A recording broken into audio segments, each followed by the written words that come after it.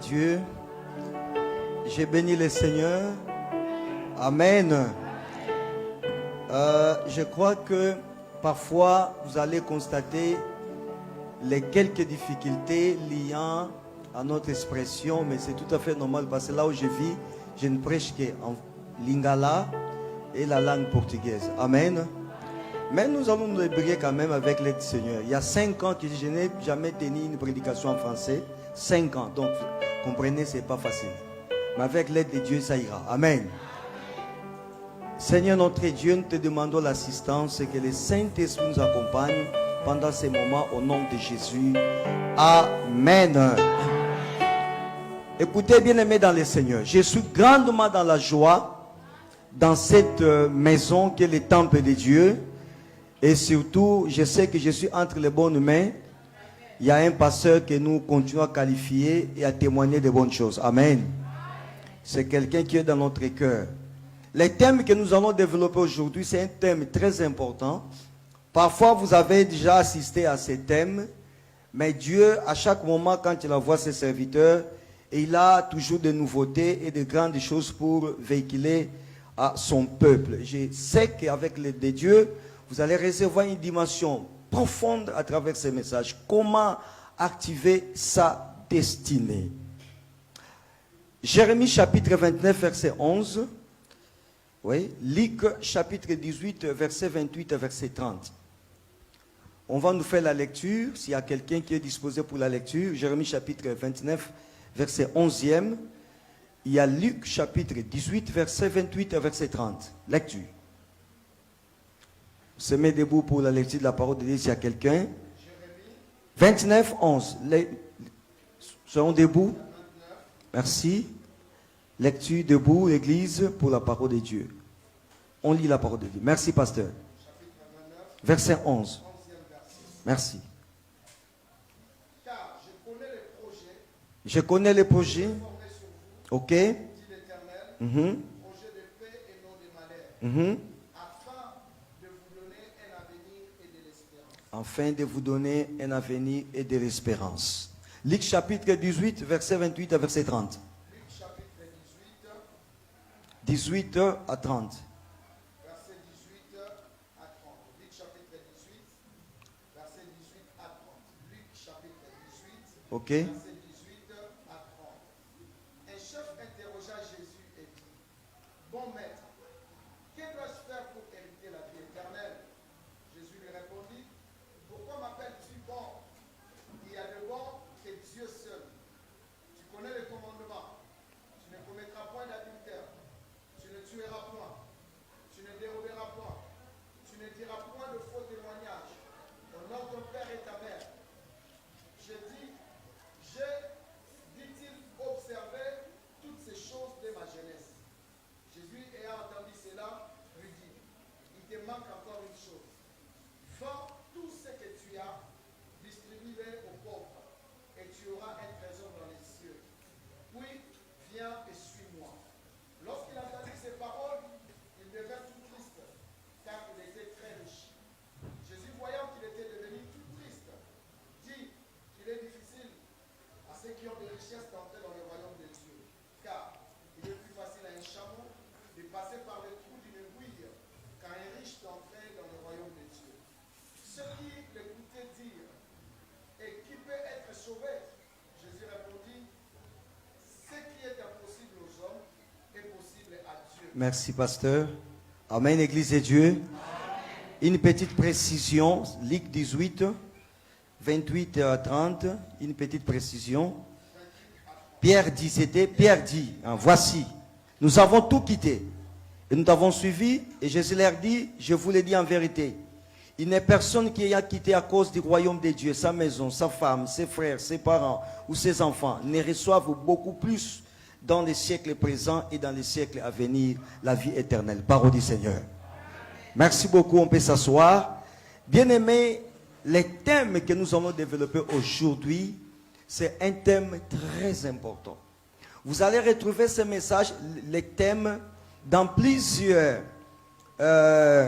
réseaux, les hommes de Dieu ayant développé les messages sur l'activation de la destinée. Mais apparemment, il y en a ceux qui en développent d'une manière ou d'une autre, mais nous allons développer cela pour aider et édifier l'Église. Vous allez comprendre que c'est richement élaboré par l'aide du Seigneur pour encadrer le peuple de Dieu. Nous pouvons dire Amen. Amen.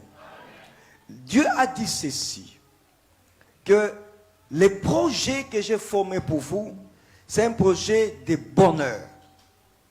Un projet de bonheur, un avenir plein d'espérance. Ça, c'est dans Jérémie 29, verset 11. Et dans Luc 18, l'apôtre Pierre demande à Jésus, nous t'avons suivi, ayant abandonné nos enfants, nos frères, nos biens et tout, nous t'avons suivi. Bon, en retour, qu'est-ce que nous allons en bénéficier? Et Jésus dira que celui qui abandonne tout cela, comme nous venons de le citer, en suivant la voie que je trace pour lui, il va bénéficier au centuple des centuples dans les siècles présents, les maisons, les biens et tout. Et ensuite, il va bénéficier aussi la vie éternelle. Nous sommes en train de parler de la destinée. Et dans la compréhension de ces deux textes, nous avons deux dimensions de la destinée. Il y a une destinée terrestre et il y a une destinée qui est céleste à venir. En suivant le Seigneur, nous allons bénéficier des choses ayant trait sur l'aspect terrestre. Nous allons bénéficier de ce dont nous avons besoin ici sur la terre. Ça, c'est une destinée terrestre. Mais aussi, il y a une destinée qui est céleste, qui est spirituelle. Et cette destinée, c'est aussi dans les schémas, je dis bien, dans les schémas de Dieu pour ses enfants. C'est-à-dire, Dieu a déjà tracé un chemin, une destinée ici sur terre pour ses enfants. Et il y a aussi une destinée céleste future pour les enfants de Dieu. Et ce chemin-là, c'est un chemin de bonheur. Ce n'est pas une destinée de malheur ici sur la terre. Tu n'es pas un fruit de hasard et tu n'as pas été créé par accident, non plus une erreur de la nature, mais plutôt vous êtes quelqu'un que Dieu a permis que vous soyez né pour accomplir une mission, pour atteindre un objectif et aussi pour aller dans le royaume céleste. Et voilà pourquoi, bien-aimés dans le Seigneur, vous devez faire ou passer sur terre en laissant une histoire, en laissant des traces, parce que vous n'êtes pas venu ici comme un fruit d'un accident. Vous n'avez pas été créé pour faire plaire aux autres et sans pourtant bénéficier vous-même de ce que Dieu a mis en vous comme une mission ou comme l'héritage à bénéficier. Vous avez une destinée meilleure. Et cette destinée, nous devons la vivre. Cette destinée, nous devons, n'est-ce pas, la bénéficier. Mais en compte, il y a plusieurs problèmes, paramètres. Et lorsque les gens parlent de la destinée, les gens oublient d'énumérer ce qu'on appelle la problématique de la notion de la destinée. Je vais toucher d'abord ces points avant de vous montrer comment accéder ou comment activer votre destinée. Il y a, premier élément problématique dans la matière de la destinée. Nous avons d'abord ce qu'on appelle une destinée déviée. La destinée déviée, j'ai énuméré dans l'introduction, il y a une destinée terrestre et une destinée céleste. Et cette destinée est remplie de bonheur. Selon la vision de Dieu, c'est rempli de bonheur ici à la terre et rempli de bonheur aussi pour les royaumes célestes. Mais nous devons la vivre selon la mission de Dieu. Mais toutefois, on ne peut pas la vivre sans pourtant comprendre d'abord les éléments, les aléas liés à ces problèmes. Et la problématique, c'est d'abord destinée déviée. Église de Dieu, nous avons un homme qu'on appelle Jonas. Jonas avait reçu une mission de Dieu. Et dans cette mission de Dieu, Jonas chapitre 1, il monte dans les bateaux, il refuse d'arriver dans la destinée là où Dieu lui avait envoyé pour accomplir une mission. C'est-à-dire, il défie dans sa destinée. Il entre dans un bateau, et dans le bateau, il est allé, il s'est embarqué, il s'est vu beaucoup de problèmes, s'est créé beaucoup de difficultés, parce que la destinée était déviée. Suivez-moi très bien l'église de Dieu. Nous avons ces problèmes aujourd'hui. Ces problèmes aujourd'hui de la destinée déviée. Il y a plusieurs personnes qui n'arrivent pas à vivre leur destinée tout simplement parce que leur destinée a été déviée. On a fait ce qu'on appelle une déviation dans leur marche et dans l'accomplissement de la promesse de Dieu dans leur vie. Et dans un chemin comme celui-là, vous pouvez faire beaucoup beaucoup d'efforts, vous allez toujours avoir des difficultés énormes. Écoutez bien aimés, parce que on a dévié votre destinée. On peut permettre à ce que vous puissiez vous rencontrer avec une femme qui n'est pas la femme de ta destinée. Les diables peuvent faire en sorte que vous puissiez rencontrer un homme qui n'est pas l'homme de ta destinée. Et vous allez vivre un mariage malheureux. Vous allez vivre un mariage problématique, bourré de problèmes. C'est parce que l'homme à laquelle vous êtes marié avec lui n'est pas l'homme de ta vie. Vous allez dire, parce que cela existe. Oui, ça existe bien, mais dans le Seigneur. Le diable peut voir que cette femme, c'est une femme qui a de grandes étoiles, une grande étoile, pardon. Cet homme est un homme qui a une grande étoile. Il y a de grandes ambitions, de grandes visions, de grands projets, Alors il va chercher à envoyer quelqu'un pour vous écarter du chemin, pour ne pas arriver là où Dieu a préparé pour vous. Cela est arrivé avec Jonas, une destination déviée. Cela est arrivé avec Jézabel, Akab. Akab s'est marié avec une femme Jézabel qui est venue uniquement pour détruire sa vie. Pour détruire sa vie. Cela est arrivé avec Dalila. Dans Juge chapitre 4, Juge chapitre 16, verset 4 à 20, on voit Samson qui avait une mission de sauver le peuple de Dieu. Mais qu'est-ce qu'on a fait? Il est allé tomber amoureux avec une femme philistine. À quelle femme portugaise? Cette femme était une femme envoyée dans l'objectif de détruire Samson. Et la Bible nous dit, les gens qui étaient là, les princes, les rois, ils ont dit, oh, tu vas dans les mariages avec un objectif de nous trouver l'intelligence où se cache la force de cet homme. Vous pouvez faire une femme 1 année, 2 ans, 3 ans, un mari 30 ans, 20 ans. Il n'a jamais été le mari de ta vie. Vous allez me dire, mais pasteur, mais comment ça arrive? Cela est arrivé avec Abigail. Abigail s'est mariée avec un homme qui n'était pas l'homme de sa vie. Un homme méchant qu'il maltraitait, qui faisait n'importe quoi à tout moment. Mais un jour, quand elle s'est rencontrée avec David, la Bible déclare, cette femme Abigail a posé des actes que David était touché. Qui pouvait s'attendre qu'un jour David monté dans la royauté, il pourra revenir un jour chercher Abigail. Vous savez ce qu'elle a dit à Abigail? Cet homme n'était pas ton homme. Moi, je suis l'homme de ta vie. Hein? Il y a des gens, excusez-moi les termes, vous êtes là, vous êtes en train de passer le temps. Excusez-moi les termes, je vous dis la vérité. Et vous allez prier, vous allez, mais pasteur, mais comment faire? Je vais vous montrer maintenant ce qu'on doit faire. C'est-à-dire, il y a des destinées déviées. On vous amène dans un domaine, même dans le travail. Vous avez un domaine, vous avez un don, vous avez une grâce, mais Satan vient, il vous dévie. Il vous envoie faire une profession qui n'est pas dans le sang, qui n'est pas dans l'aptitude, qui n'est pas dans tes compétences, qui n'est pas dans l'ADN de ce que vous êtes. Et carrément, ta vie est dérangée. Parce que la destinée a été déviée. Nous avons aussi une problématique, la deuxième problématique qu'on appelle la destinée mal orientée. Ou bien une destinée désorientée. La destinée désorientée, c'est quoi? C'est-à-dire, vous êtes sur le chemin de la destinée. Vous êtes sur la bonne voie, mais vous êtes mal coaché. C'est-à-dire, vous êtes mal dirigé. Vous avez reçu des enseignements ou bien des erreurs qui font que vous ne pouvez pas atteindre l'objectif, vous n'arriverez pas à atteindre l'objet, vous n'arriverez pas à arriver là où, excusez-moi la tautologie, là où Dieu a prévu, c'est parce que vous êtes mal orienté, désorienté. Moïse, je prends l'exemple, le cas de Moïse. Dieu a dit à Moïse dans Nombre chapitre 20, verset 8 à 12, Moïse va parler à la pierre, au rocher, et il va sortir de l'eau, et le peuple aura de l'eau. Tu vas simplement parler. Tu ne feras pas quelque chose autre que de parler. Et lorsque Moïse est arrivé, au lieu de parler, il frappe. Moïse frappe. Il a frappé. Et lorsqu'il frappe, Dieu dit à Moïse, écoutez Moïse, je t'avais choisi, écoutez-moi l'église, je t'avais choisi pour tirer mon peuple de l'Égypte vers Canaan. Mais à cause de l'acte que tu viens de commettre, la destinée a des problèmes. Parce que tu t'es mal orienté. Moi, je t'ai dit de parler. Pourquoi toi, tu as frappé? Alors, Moïse, à partir de maintenant, tu n'entreras plus. Ça, je vais y revenir.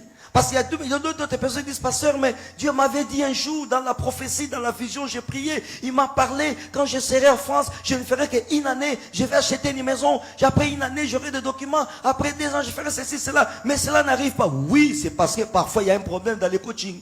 Il y a un problème dans l'orientation. Tu es désorienté. Et parfois, tu n'obéis pas aux ordres de Dieu. De la manière que tu as prévu. Parlez Moïse. Moïse, il frappe.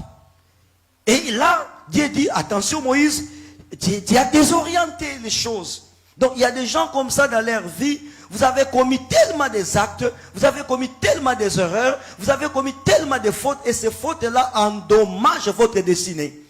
Cela n'a rien à voir avec Dieu, n'a rien à voir avec les démons, n'a rien à voir avec ton oncle que tu as toujours incriminé, mais c'est toi-même, la marche, a compliqué la destinée.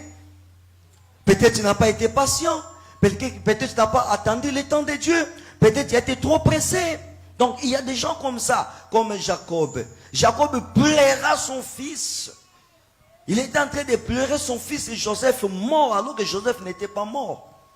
Plusieurs sont en train de pleurer dans leur vie, pleurnicher dans leur vie, pendant que ce n'est pas ça l'œuvre de Dieu, ce n'est pas ça la mission de Dieu. La destinée de Dieu est que vous puissiez vivre une vie de bonheur, de paix, de grâce. Mais lorsque vous êtes mal orienté, lorsque vous-même vous désorientez les choses basculent d'une autre forme.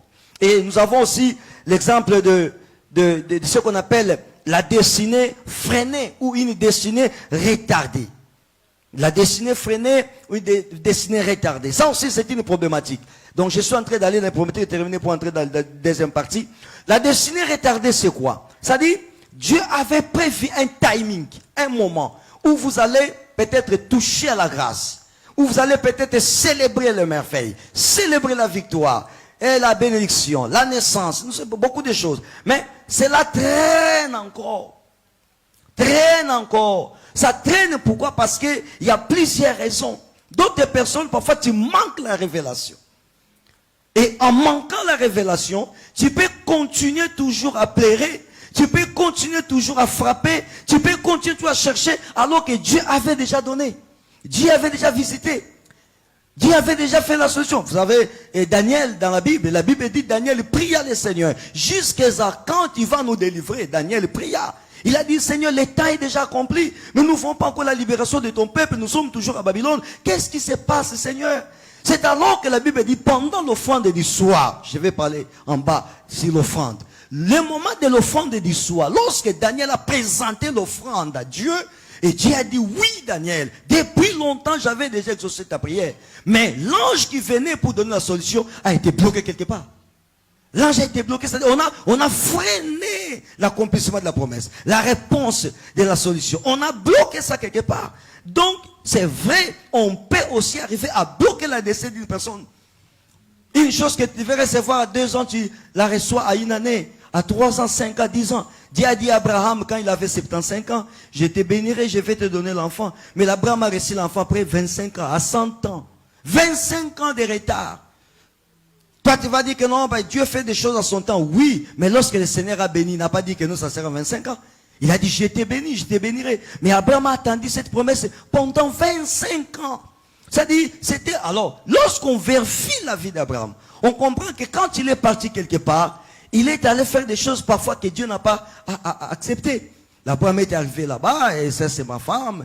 Il a dit non, c'est pas ma femme, mais c'est ma soeur, et tout ça. Et vous voyez, toutes ces histoires-là, parce que Dieu, quand il veut défendre une personne, vous n'avez rien à faire. Ce n'est pas votre force, c'est Dieu qui défend. Vous faites entrer dans la prison, il fera sortir, parce qu'il est avec toi. Mais quand vous commencez à donner les appuis, qu'on appelle les supports de la foi à Dieu, Dieu n'agit plus.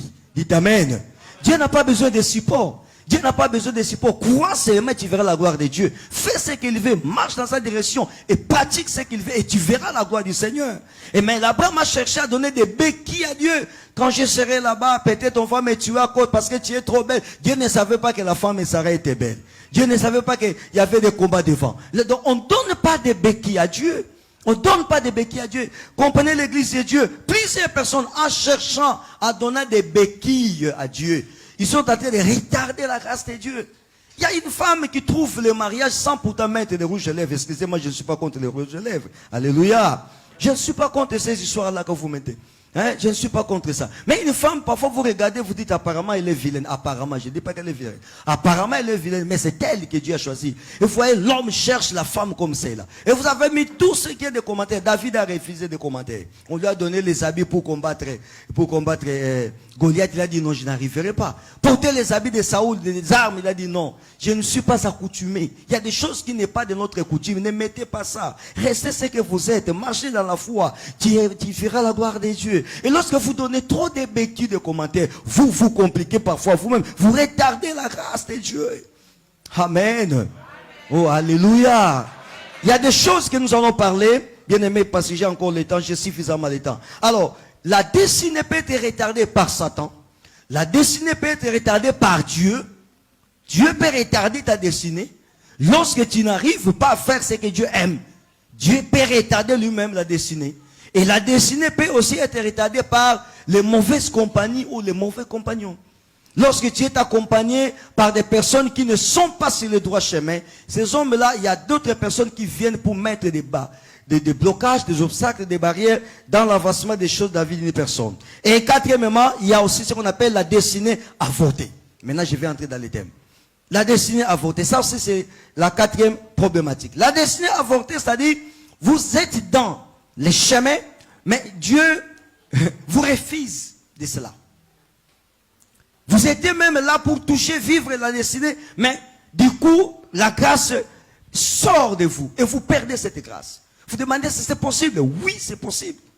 Dieu a dit à Moïse, j'ai dit à ce Nombre, chapitre 20, verset 12, Moïse, tu n'entreras plus.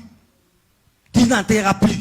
Mais lorsque Moïse sortait de l'Égypte, le Seigneur a dit, prends mon peuple, sors mon peuple de l'Égypte vers Canaan. Moïse sortait avec cette vision de l'Égypte vers Canaan. Il ne peut arriver à Canaan. Hébreux chapitre 11, verset 13. Plusieurs personnes sont mortes dans la foi sans avoir obtenu ce que Dieu leur avait promis. Hébreux 11, 13. Plusieurs personnes. C'est pourquoi il y a plusieurs chrétiens, serviteurs de Dieu, vont mourir avec beaucoup de promesses. Un sac, plein de promesses sans avoir été accompli. Il y a des chrétiens comme ça avec l'espérance, avec les danses, avec la foi. Tu danses et tu chantes, tu meurs sans avoir touché ce que Dieu a promis. La Bible dit, ils l'ont salué de loin. Moïse, Dieu a pris Moïse, regarde là-bas. C'est Canaan, c'est Canaan. Comment ça saluer? Moïse a dit, oh Canaan, tu n'enterras pas. Mais Dieu, tu as changé. Tu m'as dit que je vais tirer mon peuple de l'Égypte vers Canaan. Mais oui, parce que là-bas, je t'avais dit parler, toi tu as frappé. On appelle ça destinée avortée.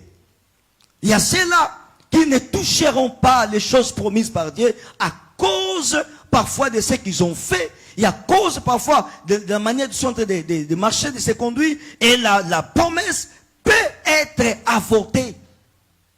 La promesse peut être avortée. Et là, on dit, non, mon pasteur n'a pas l'onction, et mon pasteur a menti. Oui, le pasteur Israël peut dire, Dieu m'a montré ceci. Mais ça, c'est pas, lui, il a dit. C'est que Dieu lui a révélé. Mais le problème, vous devez vous conformer. Et dans la marche, et dans l'applicabilité, pour que cette promesse soit réelle dans ta vie.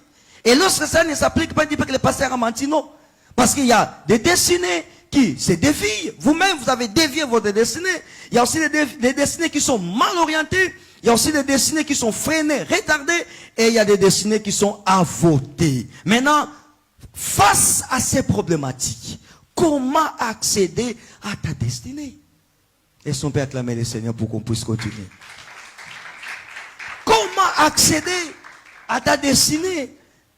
Je vais donner les méthodes, je vais donner les voies, je vais essayer d'expliquer les manières pour nous aider à atteindre et activer notre destinée. Parce que vous avez une destinée. Et la destinée que vous avez, c'est Dieu qui l'a tracée. Et vous devez la vivre de la manière que Dieu l'a tracée. Lorsque vous n'arrivez pas à cette destinée, il y a des choses que vous devez faire pour activer cette destinée. Et la première, c'est la prise de conscience de la présence de Dieu en toi. Ça, c'est le premier élément.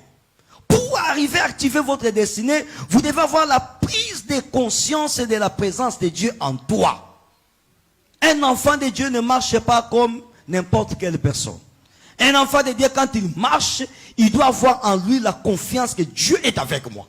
Et lorsque Dieu est avec toi, bien-aimé dans le Seigneur, vous pouvez vous rencontrer avec beaucoup de difficultés, sachant que Dieu est avec toi, la grâce de Dieu va être manifestée. Et lorsqu'on dit que Dieu est avec moi, il y a un élément de ça. Vous devez être rassuré que Dieu est avec vous. Merci beaucoup. Et aussi, vous devez être fidèle avec ces dieux-là. Et une chose, vous ne devez pas vous laisser corrompre. Parce que Dieu est avec vous. Et ne cherchez pas à corrompre Dieu par vos flatteries. Écoutez, il y a des personnes qui pensent que lorsqu'ils flattent Dieu, Et Dieu sera dans l'impression de faire quelque chose dans leur vie. Dieu, on ne le flatte pas. Dieu est Dieu, il reste Dieu. Dieu ne change pas sa position. Dieu est dans les principes et dans les règles. Respectez les règles, marchez dans les principes, obéissez dans les droits chemins de Dieu, vous allez vivre la main de Dieu. Est-ce qu'on comprend les choses de Dieu? Donc, ne cherchez pas à flatter Dieu. Parce qu'il y a ceux-là qui viennent, non, moi je vais faire ceci, et à cause de ça, je vais attirer l'attention de Dieu. Non. Dieu, c'est dans sa parole. Vous devez avoir cette conscience-là que Dieu est avec moi. Avoir la connaissance parfaite de la parole de Dieu. Et pratiquer la parole de Dieu. Donc celui qui est dans la pratique de la parole de Dieu et celui qui marche dans la volonté de la parole de Dieu, c'est cette personne-là qui peut dire oui, Dieu est avec moi. Écoutez bien, mesdames et seigneurs, si votre relation avec Dieu n'est pas bonne, si votre relation avec Dieu n'est pas bonne, tu n'arriveras pas à atteindre ta destinée selon la volonté de Dieu. Il y a d'autres personnes qui peuvent atteindre la volonté de la destinée selon eux, selon le monde. Mais la destinée selon Dieu, on ne l'atteindra que lorsqu'on marche selon la volonté de Dieu. Et c'est pourquoi c'est un élément principal. Donc, être avec Dieu, marcher avec Dieu signifie pratiquer sa volonté et appliquer la parole de Dieu. Deuxième élément qui va vous aider à activer votre destinée, merci, c'est aussi savoir que Dieu, à travers le Saint-Esprit, utilise les personnes qui vont te conduire doucement à atteindre votre destinée. Dieu utilise les personnes. Parce que Dieu ne descend pas pour agir, mais il agit à travers les humains. Et cette personne-là, on l'appelle la personne de la destinée. Il y a aussi les personnes de ta destinée. C'est-à-dire quoi, bien-aimé dans le Seigneur? Esther, pour devenir ce qu'elle était devenue, elle est passée par Mardoché, elle est passée par les guides des rois.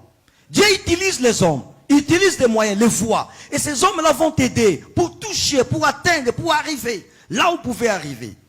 Samuel, il a fallu Élie, les sacrificateurs pour qu'il devienne Samuel. Isaac, même chose, il a fallu Eliezer.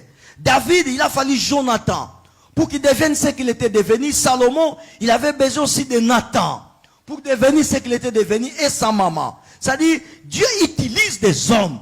On les appelle les hommes de la destinée. Ou bien les personnes de la destinée. Un jour, l'apôtre Pierre, il était devant les temples. Dans le livre des Actes des Apôtres, chapitre 3, verset 6. La Bible déclare, devant les temples, il y avait un handicapé. Il restait toujours devant la porte pour demander de l'argent. Actes des Apôtres, chapitre 3, verset 6e. Et cet homme, lorsqu'il a vu Pierre arriver, il a demandé l'argent. Parce que d'habitude, il demandait l'argent. Donne-moi quelque chose. Et l'apôtre Pierre dira, je n'ai ni or ni argent pour te donner. C'est que j'ai. Au nom de Jésus-Christ, lève-toi et marche. Et lorsqu'il a dit, l'homme marcha. Il a été guéri à l'instant. Mais l'homme là, que l'apôtre Pierre est guéri, Jésus-Christ est passé dans ces temples. Jésus-Christ est entré dans tes temples. Écoutez la parole de Dieu. Il est entré là-bas. Jésus-Christ a laissé cet homme là-bas, handicapé. Jésus est plus fort que l'apôtre Pierre. Mais l'apôtre Pierre était l'homme de la destinée de cet homme. Suivez-moi très bien l'église de Dieu. Parce qu'il y a certaines choses parfois, nous, quand nous passons ici, on nous laisse la chair pour prêcher la parole de Dieu. Ce n'est pas hasard. Parce que lui, il a confiance de la grâce que nous avons. Moi, j'ai confiance de la grâce que le révérend Israël a. Et avec cette grâce, chacun a la grâce particulière. Dieu a établi le ministère et chaque ministère a un don et chaque don a une grâce particulière. Et les passages de chaque serviteur de Dieu, peut-être un homme de Dieu, peut-être l'homme aussi de ta grâce et l'homme de ta destinée. Donc quand les hommes de Dieu passent dans votre église, il faut savoir choisir. Moi j'aime ça. Moi quand les hommes de Dieu passent dans mon église, si j'ai confiance à cet homme de Dieu, je donne tout et je motive l'église et je leur dis saisissez l'opportunité. Parce que parfois, il peut être l'homme de ta destinée. Et son passage peut t'amener à toucher quelque chose que par la grâce de Dieu a prévu que ce soit lui. L'apôtre Pierre n'était pas plus fort que Jésus. D'ailleurs, il dit, au nom de Jésus, je n'ai ni or ni argent, mais au nom de Jésus, lève-toi et marche. Mais Jésus a laissé cet homme-là. C'est-à-dire, Jésus n'était pas l'homme de rendez-vous. Jésus n'était pas l'homme de la destinée de cet handicapé. L'homme de la destinée de cet handicapé, c'était l'apôtre Pierre. Et bien aimé, ces hommes peuvent être soit les pasteurs, soit une autre personne de ta vie que toi tu négliges. Ça peut être peut-être ta soeur. Ne croyez pas que l'homme d'état destiné, hein, ça doit nécessairement être un référent, un pasteur. Non, non. Cette personne-là, celle-là ou celui-là, ça peut être une personne qui a déjà vaincu le combat que toi tu passes maintenant. Et lorsque tu les rencontres, il te donne un conseil. Et ce conseil-là va déboucher les choses. C'est comme s'il était un homme, le bateau magique de ta vie. Il dira, c'est ma fille, mon frère, ma soeur, mon enfant, papy. Tu sais, avec ça, quand tu fais ça, et tu appliques et tu as la solution. Cette personne-là, c'est là l'homme de ta destinée. Dès qu'il t'a donné une orientation, et tu appliques l'orientation, et tu as la grâce. Écoutez bien, mesdames et Seigneur, cette personne, ça peut être aussi une personne qui a une expérience plus que toi. C'est-à-dire, elle est passée par beaucoup de choses, et elle est aguerrie, et elle a beaucoup d'expérience, et lorsqu'elle te montre une voie à suivre, et vous la suivez, vous avez la solution. C'était avec Jéthro et Moïse.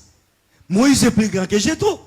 Moïse était l'homme de Dieu. Moïse, c'est quelqu'un qui jouait l'intermédiaire entre Dieu et le peuple de Dieu. Mais Jéthro a donné des orientations à Moïse, a donné des conseils à Moïse. Moïse est devenu grand, hein, n'est-ce pas, par l'orientation donnée par Jéthro. C'est-à-dire, ça peut être une personne comme ça, mais c'est l'homme et la personne de votre destinée. Écoutez bien, mes seigneurs, ton leader, ton pasteur de l'église, qui a beaucoup d'onction, il a l'alliance. Parce que chaque pasteur a l'alliance. Dieu travaille avec l'alliance des pasteurs qui est établie ici. L'homme qui est ici, il a l'alliance, il a la connexion avec Dieu. Il a les mandats de Dieu. C'est ça qu'on dit, l'ange de l'église est deux. Alléluia. Il est l'ange de cette église. Et lorsqu'il travaille ici, en vertu de cette autorité, le pouvoir qu'il a de la part de Dieu, il peut te donner une orientation. Il peut faire une prière, une déclaration pour toi. Et lorsqu'il fait cela, et ça peut déboucher à une grande victoire et t'amener à atteindre aussi votre destinée. Et avoir aussi considération envers ces hommes-là. J'ai dit, ça peut être une amie que tu négliges. Vous savez, des fois, tu es dans un problème, mais il y a une amie, quand tu donnes un conseil, et toi, tu te calmes. Et parfois dans ton couple, lorsque ça ne marche pas, quand tu te diriges vers une amie ou un ami, il te donne des conseils, et il ne faut pas ça, il ne faut plus faire ça. Et quand tu rentres à la maison, tu appliques ça, il y a la paix dans la maison. Cette personne-là, c'est la personne de ta destinée. Alors toi, tu peux penser que parce que j'ai beaucoup d'argent, je suis plus que elle, je suis plus que lui. Non, tu peux avoir beaucoup d'argent que lui, mais lui, il y a une grâce qui te donne l'orientation pour que tu atteignes la grâce de Dieu. Dis amen. Et il faut écouter ces personnes-là, il faut garder l'écoute particulière, il faut donner de confiance, il faut l'aimer. Et s'il y a des biens, pourquoi pas faire des biens à ces hommes-là?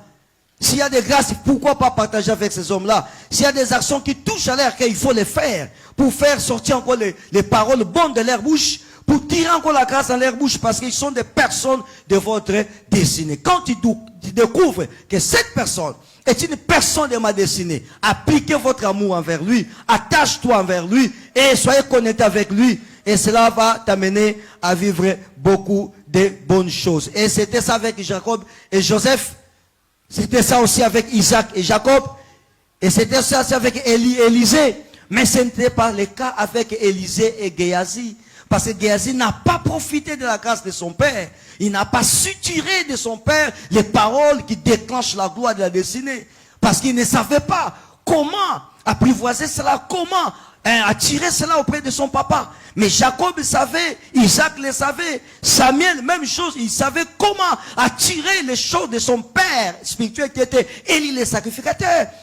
Et Samuel a profité de cela, il a tiré des dividendes, des bénédictions. C'était la même chose avec Paul et Timothée. Timothée savait comment tirer des bonnes choses de son père, Paul. Et c'est pourquoi Paul a toujours déclaré des merveilles pour Timothée. Et Timothée a hérité de son père la grâce. Quand tu es en face d'une personne qu'on appelle la personne de ma destinée, cherchez à toucher le cœur de cette personne-là pour encore en profiter des bénédictions. Nous pouvons dire Amen. Et si on peut balancer les mains pour la gloire de Dieu. Écoutez, je suis vraiment dans l'enseignement. J'aimerais que vous soyez vraiment bénis et c'est très important. La troisième chose, comment toujours activer cette destinée? C'est par la prise de conscience que vous êtes créé pour un objectif.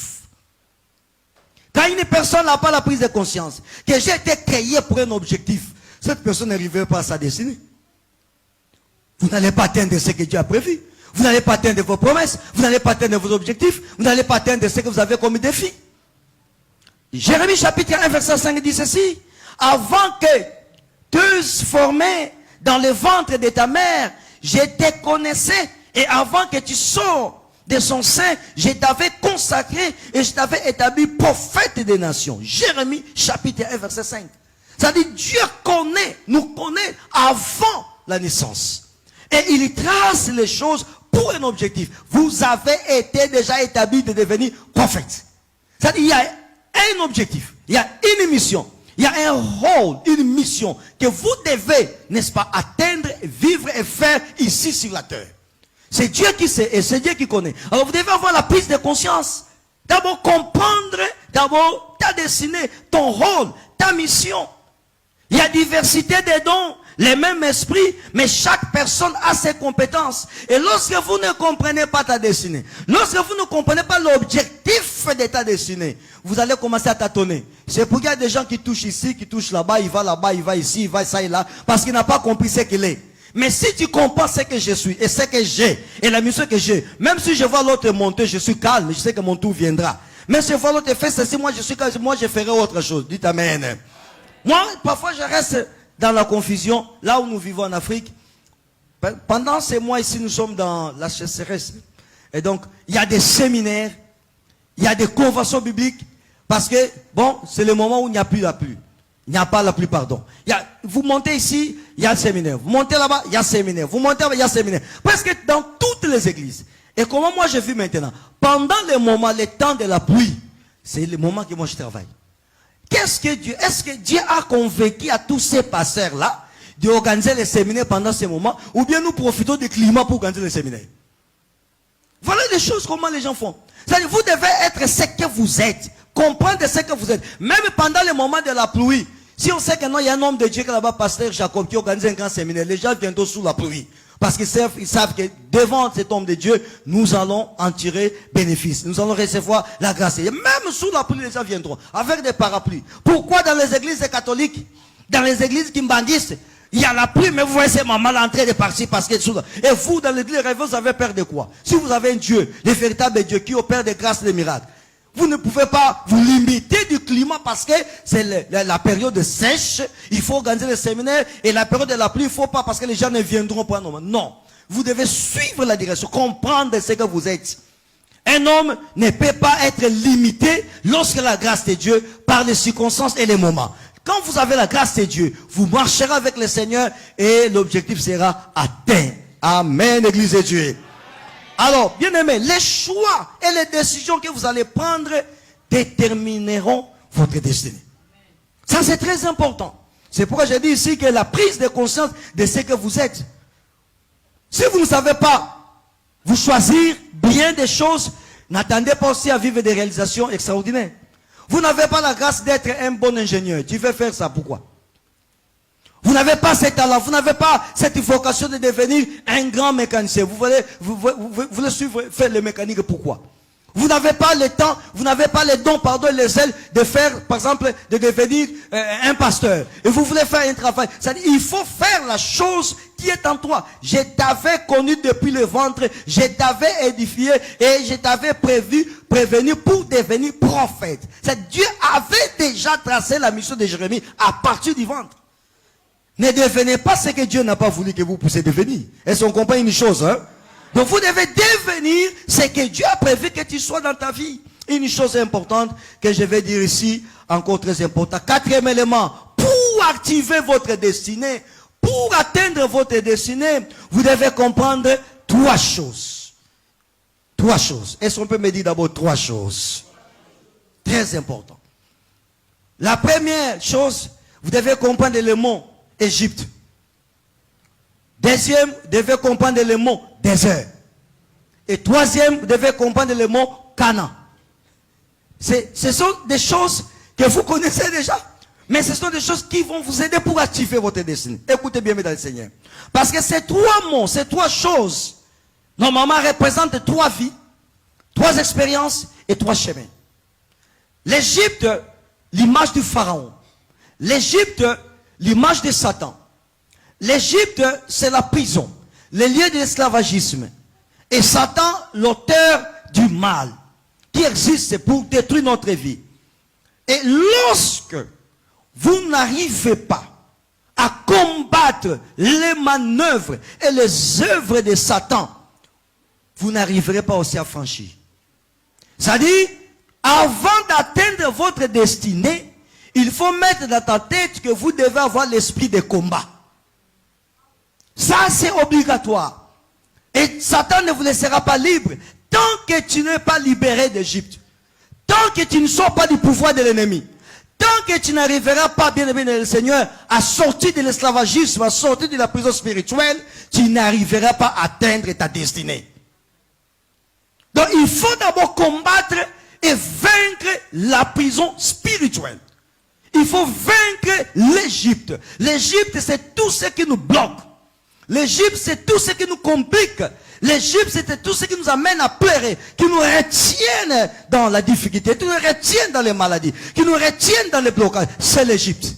Et la destinée, bien aimé, c'est Canaan. Tu n'arriveras pas à Canaan sans sortir de l'Égypte. Sortez d'abord de l'Égypte. Il faut d'abord vaincre Pharaon. Il faut quitter l'esclavagisme. Il faut quitter les liens. Il faut quitter les blocages. Il faut quitter les chaînes. Il faut quitter les condamnations. Il faut sortir de l'esclavagisme. Lorsque vous ne sortez pas de là, écoutez, le monde physique est dirigé par le monde spirituel. C'est d'abord là-bas. C'est d'abord le spirituel. Et deuxièmement, j'ai dit désert. Et il ne faut pas fuir le désert. Le désert, c'est l'image des tempêtes, des échecs. C'est l'image des réalités que nous vivons. La croix. Sans la croix, personne ne verra le Seigneur. Si on peut dire Amen. Ah oui, si on peut dire Amen. Il faut la croix. Quiconque veut me suivre doit porter sa croix. Que personne ne vienne vous donner les enseignements. Écoutez, c'est facile. Non, non, non, non. C'est pas ça le message de Dieu. Jésus a dit, il faut porter la croix. Est-ce qu'on portera la croix tous les jours? Non. Il y a un moment de la croix, il y a un moment de la gloire. Et on peut dire Amen. Mais on n'entrera pas dans la gloire sans passer par la croix. Tu fuis la croix, tu n'auras pas ta destinée. Et c'est quelqu'un qui peut dire Amen, bien. Alléluia. Il ne faut pas fuir la croix.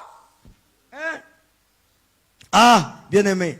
Vous savez, lorsque vous fuyez la croix, vous allez échapper à de grandes choses que Dieu veut faire pour vous. Moi, j'ai une histoire, j'ai un témoignage pour vous donner aujourd'hui. Peut-être à la fin, ou maintenant je peux encore dire. Des fois, quand je prie, je dis, Seigneur, mais pourquoi ça? Le Seigneur me dit, Jacob, mais il faut la croire. Pour atteindre la destinée, il faut la croire. Mais la croix, je dis, mais ça c'est lourd. Pour me dire, mais non, mais c'est la croix. J'ai construit une maison à Luanda. Par la grâce de Dieu. Dieu m'a aidé. Une grande maison, une très belle maison. Et les jours où mon père était mort, j'ai organisé les funérailles. Les gens sont venus et ils sont partis. Et après, ça donnait de l'écho terrible. Tout le monde parlait de cette maison. Les hommes de Dieu à Luanda, c'est petit, c'est frère, c'est passé, mais comment? Après des temps, il a fait ceci. Mais ça, c'est une grande villa, qu'est-ce qui se passe? Et après un mois, les bandits sont allés dans la maison de mon ami. Ça, c'est mon ami même. Lui et moi, nous sommes des amis. Moi, en beauté.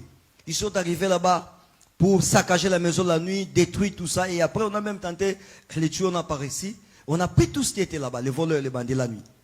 Et lorsqu'ils faisaient ça, ils ont dit, écoutez, toi et ton ami là, le cours là, vous êtes toujours dans la sainteté, vous êtes toujours dans la sainteté. Vous êtes toujours là, liés vous deux, et vous ne voulez pas ouvrir les autres. Et vous ne voulez pas entrer dans les réseaux. Quel est le réseau que nous allons entrer? Notre réseau, c'est Jésus-Christ. Ils ont dit ça. Les bandits ont dit, vous ne voulez pas rentrer dans les réseaux. Toi et ton ami là, les cours. Il faut le prévenir. Hein? Ils ont dit ça. Ils sont partis. Et 3 mois après, on a vu, bon, ils ont parlé. Ils sont revenus alors chez moi. Et dans ma maison, ce n'était pas facile. Ils sont arrivés au nombre de 24. 18, ils sont rentrés dans la parcelle. 12 armes. 8 AK. Et les autres armes, c'était des revolvers.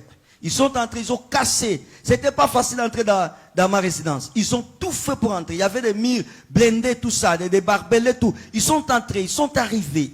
Ils sont parvenus à entrer dans la maison. Et c'était la mort. C'était la mort. Et quand je les ai vus entrer avec les Motorola, bien équipés, ils se communiquaient. Ils ont tout pris dans la maison. C'est pourquoi je vous ai dit qu'il faut la croix. Sans la croix, vous n'arrivez pas à atteindre la destinée. Les sommets que vous voulez, là où vous voulez arriver, mais il faut passer par la croix. Il ne faut pas fuir la croix. La croix, c'est un chemin obligé. Vous voulez que les choses viennent ici facilement? Non, Église de Dieu. Écoutez-moi, peuple de Dieu. C'était pas facile ce jour-là.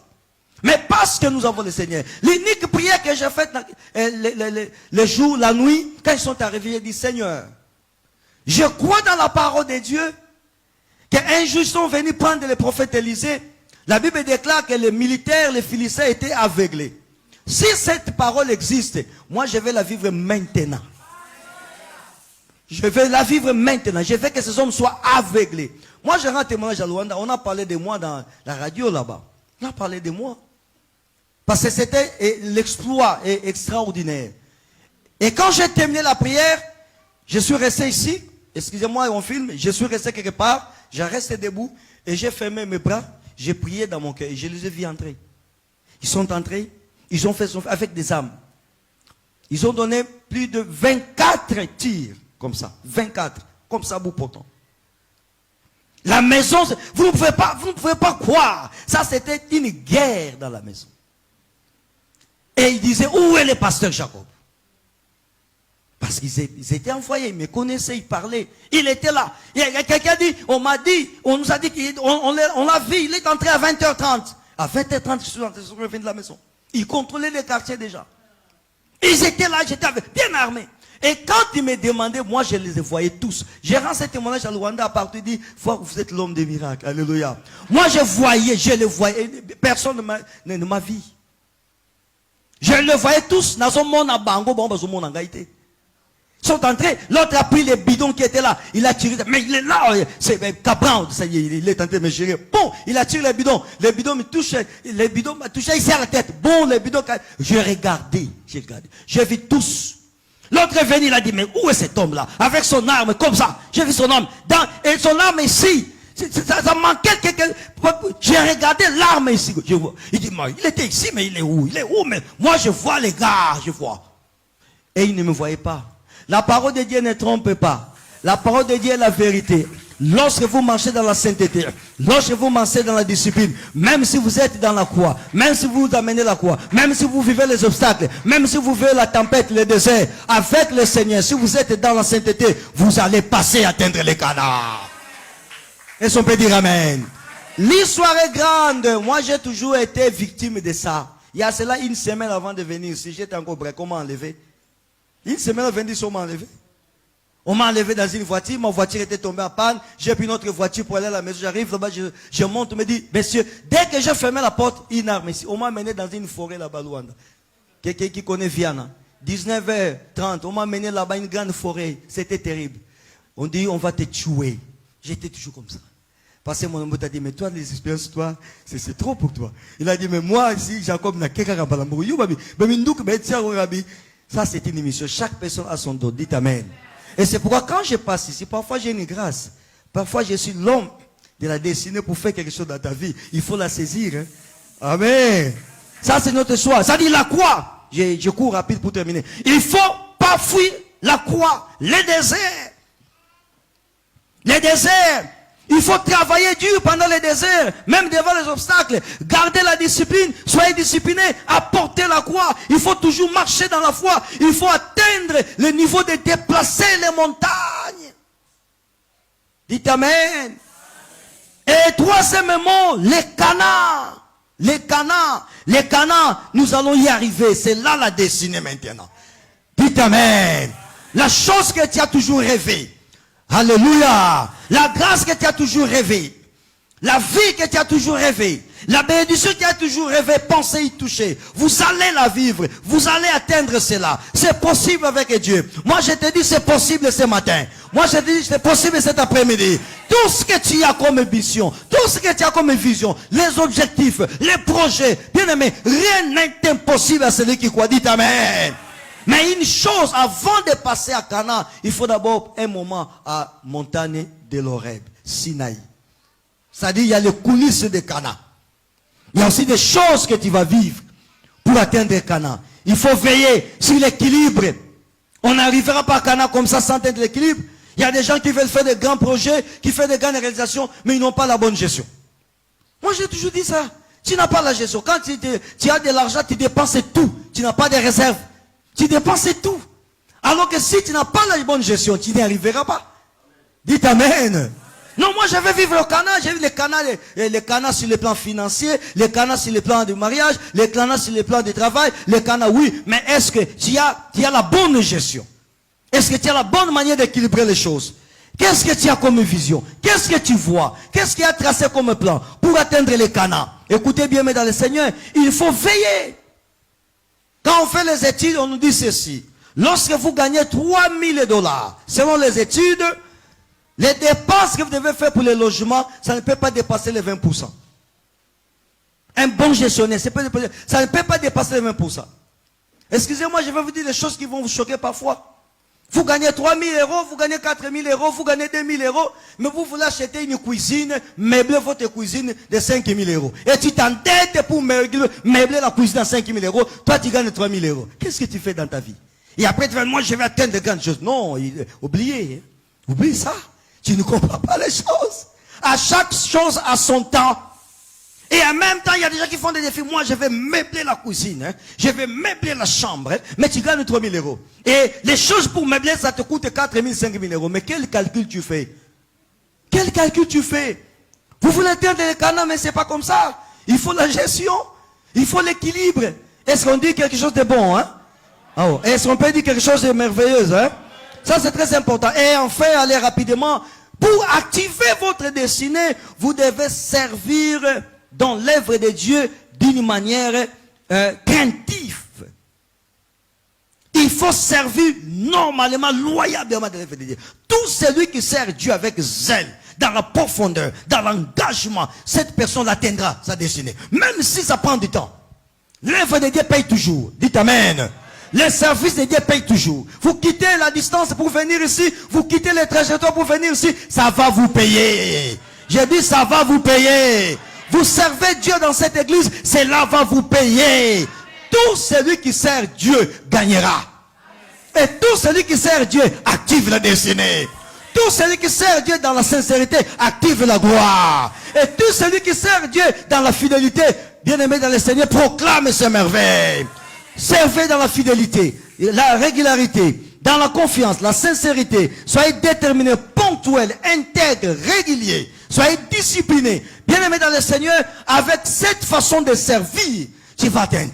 Tu vas toucher, tu vas vivre, tu verras ta délivrance, tu seras visité, tu seras guéri, tu seras libéré, tu vas témoigner, tu vas célébrer des choses. Servez l'Éternel avec sincérité, servez l'Éternel avec engagement, avec dévouement, avec détermination. Servez l'Éternel avec fidélité. Ne soyez pas de côté, non. Ne soyez pas, comme on dit, un pied dedans, un pied dehors. Non. Soyez là, saint. Soyez là, fidèle. Même s'il y a des embûches, même s'il y a des problèmes, même s'il y a des attaques, restez dans l'engagement. Refusez toute compromission. Dites Amen. Non, il faut faire ceci pour atteindre ça. Non, pas de compromis. Nous, c'est la parole. Nous, c'est la vérité. Nous, c'est les Écritures. Est-ce qu'on peut dire Amen? Refusez les fausses promesses.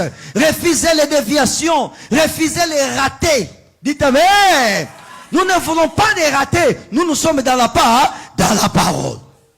Quelqu'un m'a dit, écoutez, il faut parfois écouter les autres évangiles.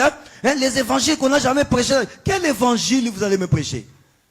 Oh non, pour activer la destinée, il faut d'abord entrer en contact sexuel avec un prophète faux. Moi, je vous dis, il faut respecter la parole des... Non, pour activer la destinée, il faut d'abord faire ceci. Il n'a pas de pratique. Dieu est facile. Dieu, c'est le principe. Dieu, c'est la parole. Dieu, moi, j'ai prié. J'ai dit, Seigneur, j'avais la foi, la confiance. Vous savez une chose, aujourd'hui, je suis devenu conseiller spirituel du chef principal de la sécurité à Sik, à Luanda. Pourquoi? Ce jour-là, il est venu dans ma maison. Il a témoigné, il m'a appelé, il m'a dit, viens ici. Il m'a dit, où est-ce que tu étais? J'étais ici. Viens.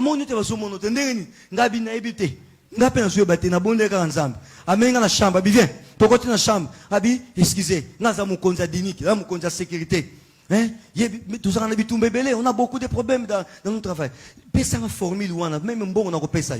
Je vous dis, je suis devant le chef, je parle à Luanda. Il m'a dit, même à ta côté, formule, c'est Jésus.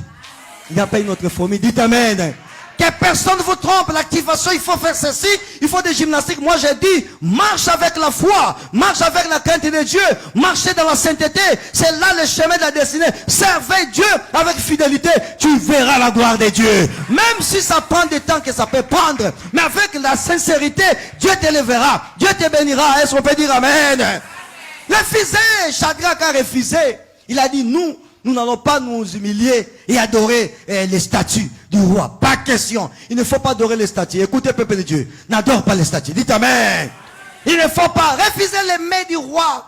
Daniel a dit, je ne mangerai pas la viande. Je vais manger les légumes pour la gloire de Dieu. Bien aimé, refusez les promesses que les gens du monde vont vous donner dans le but de vous acheter, de détruire votre foi. Là, vous allez gagner des bénéfices provisoires. Des bénéfices provisoires. Mais nous avons ce qui va demeurer ici et jusqu'au ciel. Et puis avoir persévérer dans l'œuvre de Dieu. Et enfin, Église de Dieu, il y a aussi ce que j'ai appelé les offrandes.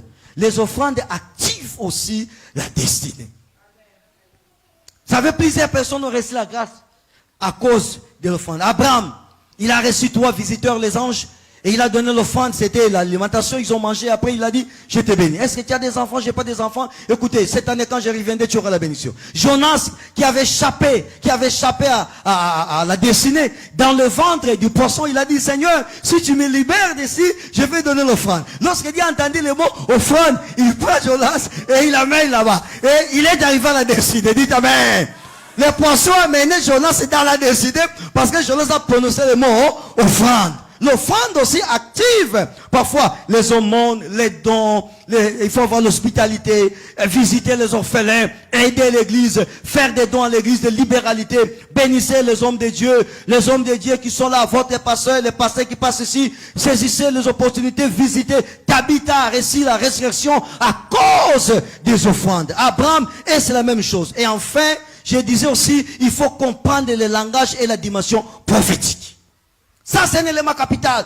Bien aimé, la dimension prophétique nous aide à activer notre destinée. Agar était dans le désert, elle pleurait. Je ne vais pas voir ma fille mourir parce qu'il n'y a pas de l'eau. Elle pleurait. Elle a laissé son fils. Elle est partie de l'autre côté. Dieu a dit, Agar, où est-ce que vous allez? Oh non, mon fils va mourir, il n'y a pas de dit. Non. Ce problème, c'est pas le problème de manque de l'eau. Dans le désert, il y a l'eau. Il dit non, mais il n'y a pas de l'eau. Il dit non, il y a l'eau dans le désert. Et il n'y a pas de mais c'est moi qui ai créé. Alléluia. Écoutez, il a dit, Agar, le problème c'est que tu n'as pas la révélation. Une personne qui n'a pas la révélation, qui ne comprend pas la révélation, la dimension prophétique de la révélation. Bien aimé, tu peux voir la grâce de Dieu ici, mais tu ne la saisis pas. La grâce peut être là, mais tu ne la saisis pas. C'était ça avec la femme qui avait l'hémorragie pendant 12 ans. On suivait Jésus, elle aussi suivait Jésus. On suivait la foule, Sortez dans la foi de la foule. Tu n'activeras pas la destinée comme cela. Si vous voulez vivre Dieu, il faut sortir dans la foi de la foule. Il faut quitter la foule, il faut entrer dans la révélation et saisissez Dieu dans la révélation. Cette femme a dit, oh, cet homme que nous suivons est Dieu. Son habit est Dieu. Et son image est Dieu. Partout il passe Dieu. Même si ça soit sur une chaise, quand il se lève, la chaise est restée dans la divinité. Non, moi je vais seulement toucher la vie. Et lorsqu'elle toucha, Jésus a dit, quelqu'un m'a touché. Une chose est sortie. Et l'apôtre a dit, non Seigneur. Plusieurs te touchent. J'ai dit, oui, mais elle m'a touché pas comme les autres. Elle est entrée dans la dimension de la révélation. Elle est allée très loin. Mais écoutez, sortez dans l'ordinaire. Dieu n'est pas dans l'ordinaire. Dieu est dans les mystères. Dieu est dans la dimension de la profondeur. Dieu est dans la révélation. Dieu est dans le signe naturel. Apôtre Pierre a dit, Seigneur, nous avons fait toute la nuit, on n'a rien eu. Toute la nuit avec l'expérience, la pêche, ça ne marchera pas. J'ai dit, oh, va dans l'eau profonde. Jette encore les filets. Amen. Je l'ai fait, jette encore les filets. Parce que la parole qui sortait à ce moment-là, c'était pas n'importe quelle parole, c'était une parole prophétique. Et lorsque la parole est sortie, et l'apôtre Pierre dit, sur ta parole, je jetterai les filets. Et il a obéi à la parole prophétique. Parce que la parole prophétique crée la chose là où il n'y a rien. La parole prophétique crée le merveille là où il y a le vide. La parole prophétique met la chose là où il n'y a rien. Je vous dis des choses vraies, faute de temps.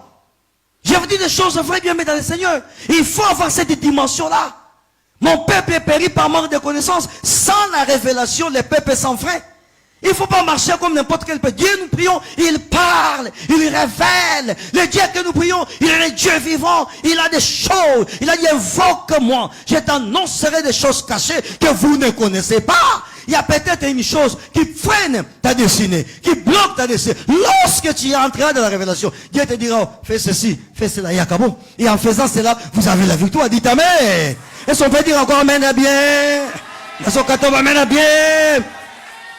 La dimension prophétique, c'est très important. C'est là où je vais terminer mon message. C'est très important. C'est très important les choses que je suis en train de vous dire. Lorsque vous ne cherchez pas Dieu dans la dimension de la révélation, dans le signe naturel, tu n'arriveras pas à activer votre destinée. Parce que le monde que nous vivons est matériel, mais tout est dirigé par le monde spirituel. Il faut que tu sois spirituellement fort. Il faut que tu sois dévoilé. Il faut que tu sois dévoilé. Il faut que tu entres dans la profondeur. Et la Bible dit, la profondeur appelle la profondeur. Pour activer votre destinée. La conclusion, Jésus-Christ est notre destinée. Est-ce qu'on peut dire Amen? Amen. Non, je n'entends pas bien. On peut dire Amen. Amen.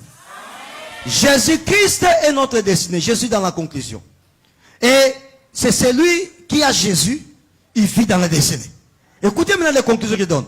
Toute personne qui a Jésus, il est dans la destinée. Maintenant le problème c'est quoi bien dans le Seigneur? Il faut entrevoir de bonnes relations avec Jésus pour vivre ta destinée. Parce que la destinée dont nous parlons ici a deux aspects. L'aspect terrestre et l'aspect céleste. Donc ça veut dire pour arriver au ciel, il faut avoir Jésus. Et ce Jésus-là doit être dans ta vie comme la personne centrale. On appelle ça christocentrique.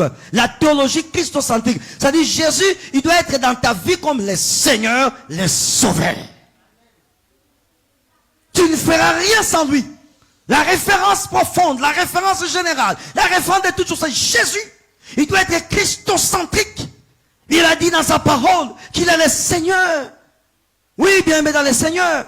Comme il a promis que vous aurez les centiples des centiples dans ce siècle. Avec Jésus, nous avons tout pleinement en lui. Colossiens chapitre 2 verset 10. Nous avons tout pleinement en lui. La paix, le voyage, la guérison, le mariage, la délivrance, le salut, la victoire, la bénédiction, la solution, protection, pouvoir. Nous l'avons tout. Nous les avons tous en Jésus. Il a tout pour nous. C'est lui notre destinée. La Bible déclare dans l'Ancien Testament, ils attendaient l'arrivée du Messie. C'est lui l'homme de destinée. C'est lui l'homme du rendez-vous. C'est lui l'homme de la promesse. Jésus, ceci étant, pour être avec Jésus, il faut marcher selon ses principes. Et Jésus aime que la personne renonce à l'orgueil. Vous devez renoncer à l'orgueil. Vous devez renoncer à la révolte. Vous devez renoncer à l'arrogance, au péché. L'amour du monde, tout ce qui est dans le monde, l'envie, la négligence, tout ça, vous devez renoncer à cela pour bénéficier de Jésus-Christ. Oh, pour accélérer et accéder à votre destinée, activez votre destinée, apprenez ces choses. Et je termine en disant que ces messages soient les messages de la clé pour votre vie, aujourd'hui et pour toujours. Amen. Que Dieu vous bénisse. Fait tellement chaud. Amen. Est-ce qu'on peut acclamer plus fort le Seigneur? Est-ce qu'on peut acclamer plus fort le Seigneur? Gloire à Dieu. Écoutez, je vais demander rapidement 5 personnes, parce que je n'ai pas le temps. 5 personnes. Ça, il faut courir. Hein? 5 personnes que je fais des déclarations pour eux. Ce ne sont pas des déclarations spectaculaires, non. Des déclarations prophétiques. Des déclarations de signes naturels, des déclarations qui peuvent dénicher, à débloquer des choses, des déclarations qui peuvent les amener à atteindre leur destinée. 5 personnes rapidement. Et je ne vais pas passer beaucoup de temps. 5 personnes rapidement passer ici et avant que nous prions. Celui qui veut que je vais saisir quelque chose auprès de cet homme, il vient ici. 5 personnes. 5 personnes rapidement. Bon, il y a 5 personnes. Au moins que tout ça, la déclaration, et déboucher.